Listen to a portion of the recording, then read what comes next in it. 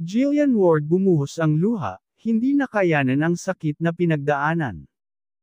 Abot langit ang pasasalamat ng kapusuyang actress na si Jillian Ward sa kanyang nanay at lola na itinuturing niyang mga superhero, sa tunay na buhay. Ang lahat daw ng mga life lesson na baon-baon niya ngayon sa kanyang journey bilang anak, ay natutunan niya sa mga ito, lalo na ang pagbibigay ng unconditional love para sa pamilya. Hanggang ngayon daw ay buhay na buhay pa rin sa kanyang puso't isipan, ang magaganda at masasayang alaala ng yumao niyang lola. I know na ipinagpipray niya po ako always.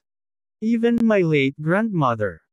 Alam ko na bata pa lang ako, nasa tiyan pa lang ako, ipinagpipray na nila ako.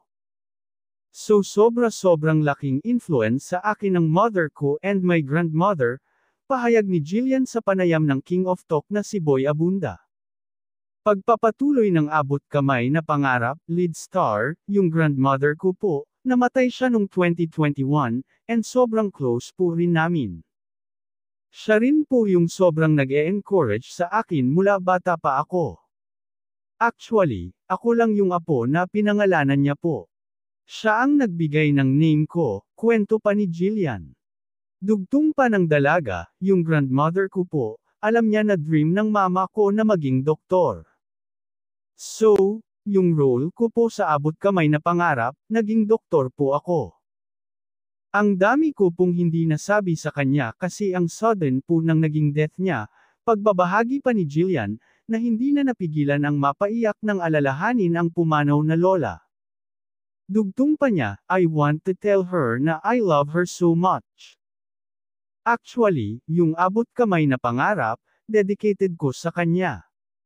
I am just so grateful na siya po yung naging lola ko.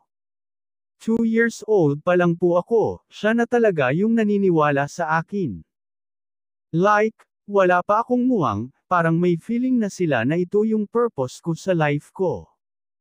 Yung lola ko, ever since, sobrang proud siya para sa akin. But I know she's still watching over us, and gusto kong sabihin sa kanya na ako yung magbabantay kay mama, and I love her so much. Lahad pa ni Jillian Ward na itinuturing na ngayong isa sa prized possession ng GMA7.